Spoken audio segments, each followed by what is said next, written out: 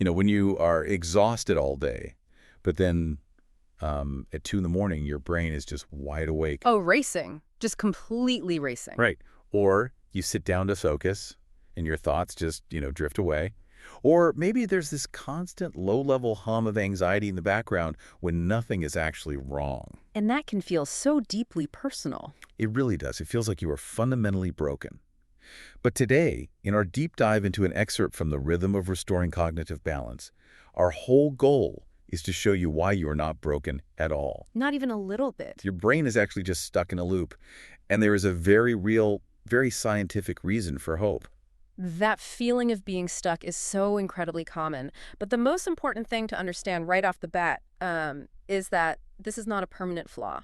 What you are experiencing is simply, well, brain dysregulation. Hold on, though. Calling it dysregulation, that almost sounds like a polite label for plain old exhaustion. Yeah. Are we just putting a softer spin on being burnt out, or is there an actual physical shift happening up there? It is a very real physical shift. We are talking about frequency imbalances here.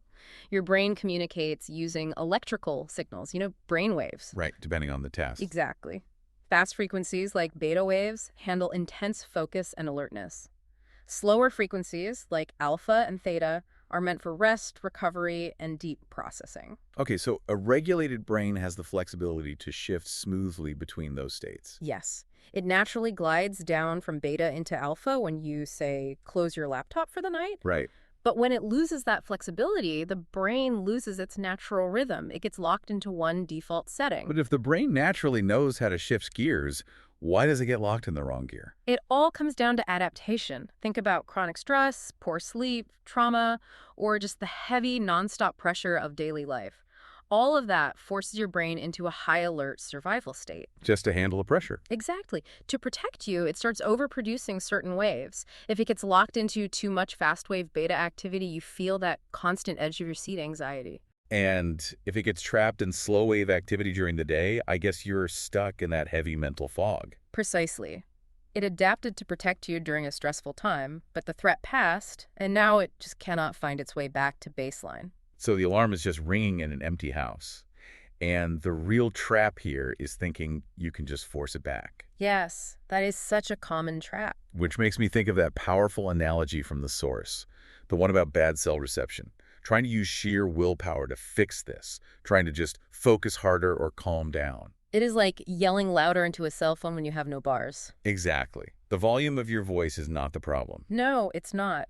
You cannot just try harder to change a frequency imbalance. The actual underlying signal needs to change. So if willpower is off the table, how do we actually fix the signal? By relying on the brain's inherent adaptability. Even when you feel completely stuck, your nervous system has the lifelong capacity to reorganize itself and form healthier wave patterns. It is like when you have been sitting in a really loud, crowded restaurant for hours. Huh. It's the clinking glasses, the shouting, and then you finally step outside into the quiet night air. Your whole body just exhales. You don't force yourself to relax. Right. The environment changes, and your nervous system naturally responds to the quiet. That is a beautiful way to understand how approaches like neurofeedback actually work.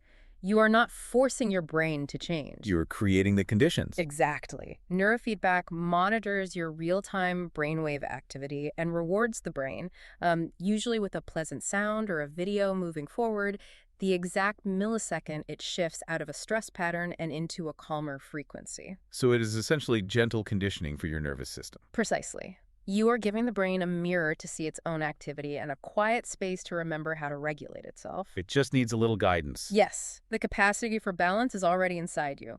It just needs gentle guidance to find its rhythm again. So if you have been feeling scattered or exhausted or trapped in that 2 a.m. wide-awake loop, please know that what you are feeling is real. It is incredibly common. But you are not a broken machine, and you are not stuck forever. Your brain is capable of much more. I would actually leave you with this final thought. If your brain is powerful enough to physically alter its own wave patterns just to protect you during times of stress. It's really quite profound. It is. Imagine what incredible creative states it might unlock once it finally feels safe enough to rest.